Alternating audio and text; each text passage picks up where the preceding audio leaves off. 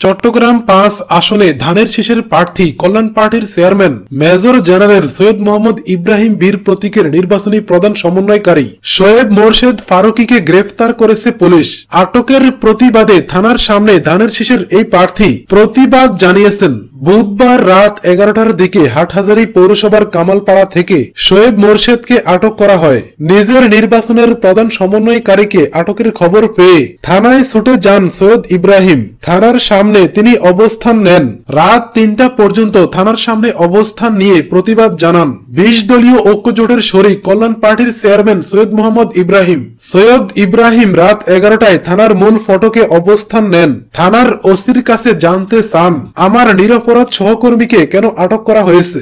সাংবাদিকদের সৈয়দ ইব্রাহিম বলেন, সুনির্দিষ্ট অভিযোগ ছাড়া কাউকে গ্রেফতার না করার জন্য উচ্চ আদালতের নির্দেশ থাকার পরও পুলিশ তা উপেক্ষা করে চলেছে। কোন ধরনের মামলা ও অভিযোগ না থাকার পরও তার নির্বাচনের প্রধান সমন্বয়কারী শোয়েব মোরশেদ ফারুকীকে আটক করেছে পুলিশ। একাদশ জাতীয় সংসদ নির্বাচনে আদালতের রায়ে যে আসন বিএনপির প্রার্থী শূন্য হয়ে গেছে, সেসব আসনগুলোতে বিকল্প প্রার্থী দেওয়ার সুযোগ চেয়েছে দলটি। অন্যথায় পুনঃ তফসিল ঘোষণার দাবিও জানিয়েছে বিএনপি। আজ বিকেলে নির্বাচন কমিশন কার্যালয়ে গিয়ে সিইসির সঙ্গে সাক্ষাৎ করে এমন দাবি জানায় বিএনপি।